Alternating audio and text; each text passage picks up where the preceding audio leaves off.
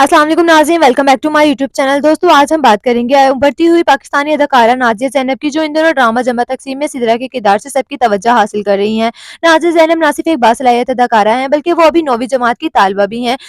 दिलचस्प बात यह है कि नाज़िया के वालिदैन दोनों पायलट हैं, जबकि उनकी छोटी बहन भी ड्रामा जमा तकसीम में इनके साथ नजर आ चुकी है। टीवी डेब्यू के फौरन बाद नाज़िया ने इंस्टाग्राम पर 190,000 फॉलोवर्स हासिल कर लिए और कई मदाहों ने इनकी बड़ी खूबसूरत आंखों की वजह से इनका मुवाजना अलीज़ा शाह से भी किया। आज नाज़िया ज़ैनब, जो जमा तकसीम की सिदरा के नाम से जानी जाती हैं, गुड मॉर्निंग पाकिस्तान में नजर आई, जहां इन्होंने अपनी जिंदगी का एक निहायत खूबसूरत और जज्बाती लम्हा शेयर किया।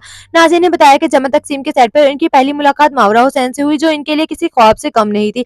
नाज़िया कहती हैं, जब मुझे पता चला कि मावरा हुसैन की शूटिंग है तो मैं बेहद एक्साइटेड हो गई, क्योंकि मैंने इनकी फिल्म सनम तेरी कसम देखी थी और तब से मैं इनकी बहुत बड़ी फैन हूँ। इन्होंने मजीद कहा कि जब मावरा सेट पर आई तो वो पीला लिबास पहने हुई थी और बिल्कुल परियों जैसी लग रही थी। वो चमक रही थी जैसे कोई येलो फेरी हो।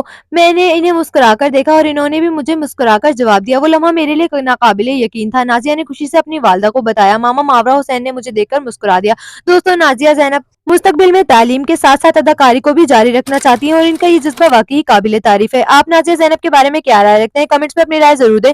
वीडियो पसंद आए तो लाइक करें, साथ ही साथ चैनल को सब्सक्राइब करना ना भूलिएगा। मिलते हैं अगली वीडियो में, तब तक के लिए अल्लाह हाफ़िज़।